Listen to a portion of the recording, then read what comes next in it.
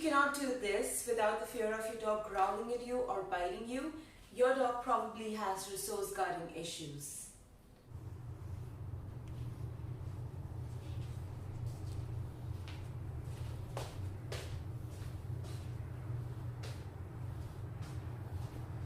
In today's video, I'm going to be taking you through a severe behavioral problem several pet parents deal with their dogs.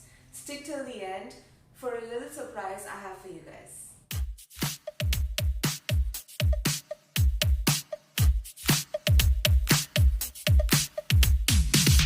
Resource guarding in dogs is a behavior in which he feels the need to guard the resources he's engaged with. It's instinctive nature for a dog to want to guard his possessions. Different dogs guard with different intensities. Some dogs would just display minor signs of protectiveness by hovering over the object or preferring isolation while interacting with it. Some dogs would growl or snap, while some dogs that are at an advanced stage of resource guarding would be willing to attack or bite in order to protect their resources. Resource guarding is not the problem. Your dog's willingness to hurt you in the process is the problem. Let's talk what really causes resource guarding in dogs. Do you want to know if you're the reason why your dog is guarding his possessions? I want you to answer these questions in yes or no. Have you repeatedly put your hand in your dog's mouth to take stuff away from him? Do you chase your dog down when he steals your stuff? Do you tease your dog when he's engaged with an object? If you have multiple dogs at home, do you make them share stuff? If you've answered yes to any of these questions, I'm sorry, but your dog probably has resource guarding because of you. But hey, don't fret. In most cases, resource guarding is caused by pet parents with really good intentions. You see your dog pick up something in his mouth, it's natural for you to go ahead and want to inspect it. In your perspective, you're saving him from a potential danger. But in your dog's perspective, you're repeatedly snatching something away from him that clearly belongs to him. Slowly and steadily, your dog starts guarding everything that he picks up just to save it from you. There are also several possible other reasons why your dog might be resource guarding. Born and raised in a competitive environment where the puppies have been fed in a single bowl and have access to very few resources. Repeated conflicting experiences with other dogs. Last but not the least, genetics and instinctive behavior. Some dogs, let's say Doberman, were originally bred and are still being used as guard dogs. So guarding comes naturally to this breed as compared to other breeds. Now please note, guarding does not necessarily mean aggression. What can you really do when you see signs of resource guarding in your dog? Before I begin, a disclaimer. If your dog is displaying severe signs of aggression like biting and growling and attacking, I would recommend consulting a professional to tackle this. Please, please, please do not try to do this at home without supervision if you don't have any experience. One wrong move can screw things up like anything. Okay, so let's begin. Number one, control and management. The simplest meaning of control and management is if you don't want your dog to reach the shoe, make sure that the shoe is not reachable to your dog. Puppy-proof your house so that you don't have to keep falling in situations where you have to keep snatching things away from your dog's mouth. What are the high-value items that your dog is super possessive and may get aggressive about? Bones, Kleenex, shoes, newspapers? Make sure all of that is beyond your dog's reach. Number two, know your dog's triggers. Whether your dog has just started to show signs of resource guarding or whether your dog is a seasoned biter, there is always a trigger to the behavior. Sometimes it could be a person approaching the dog while he's engaged or playing with that object. Sometimes it could be a person physically meddling with him while he's interacting with the toy. Or sometimes it could also be someone just passing by while the dog is engaged with an object. Know these triggers and start by removing these triggers as far as possible.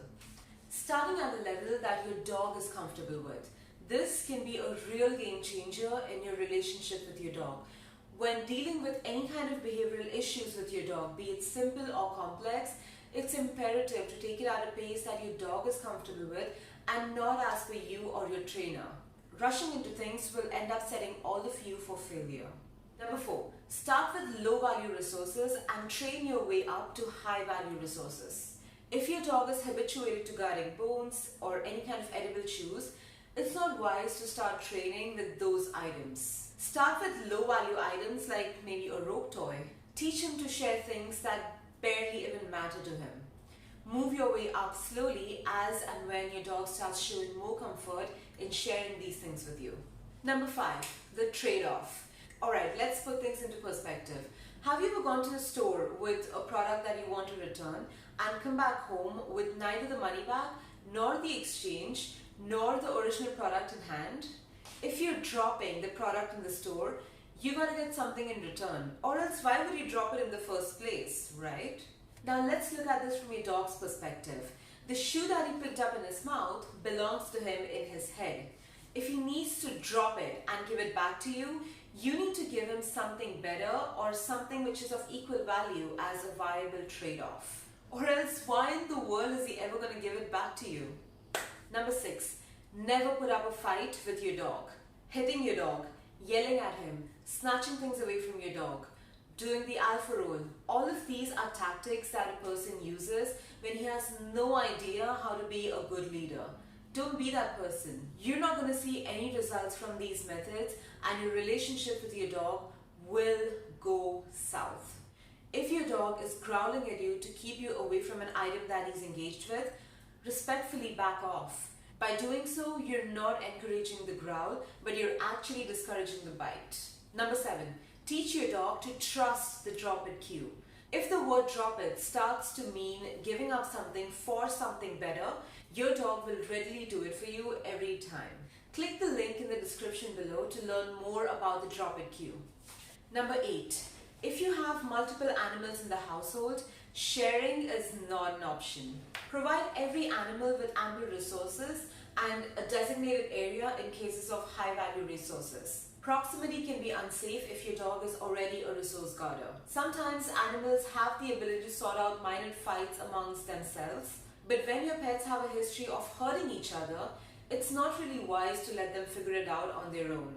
Be the leader that they're looking for. So those were a few tips that you need to remember when you're dealing with possessive aggression in your dog. And now for the little surprise. For a limited time only, I'm going to be answering all the dog training and behavior related questions that I'm going to be getting in the comments. So if you're dealing with any kind of jackassery from your dog, let me know in the comments below and I can help you out with it. So that's it for today, you guys. I make videos every Friday on quick dog training tips that's easy to follow. If you like the video, show some love. Like, share, comment, subscribe, all of the good things. I'm gonna see you in the next one. Bye for now. Stay awesome and keep training.